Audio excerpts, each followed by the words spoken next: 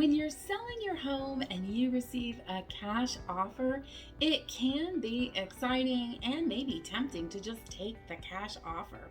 But is cash really king? That's the focus of this week's episode of Selling with Shannon. I'm Shannon with the Shannon Jones Team at Keller Williams Realty in Long Beach, California.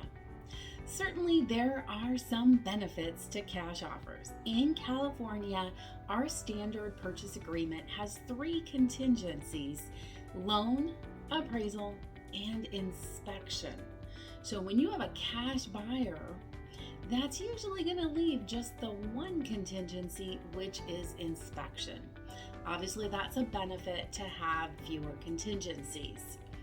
But does that mean you should automatically take the cash offer?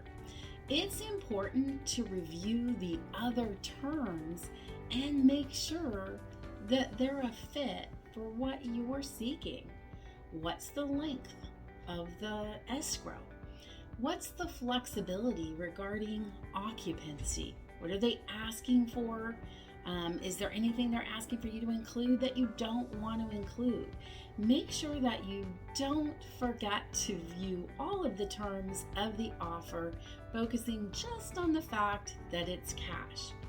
The other thing you want to be aware of is sometimes buyers will make offers that say they're cash and really aren't. Verify the proof of funds. Cash offers can be great, but they're not always the way to go.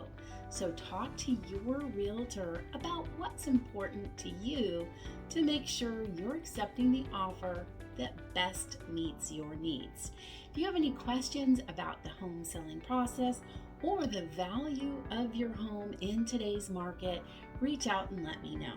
And if you found this information helpful, be sure to consider subscribing to us on YouTube or following us on social media. Thanks for watching.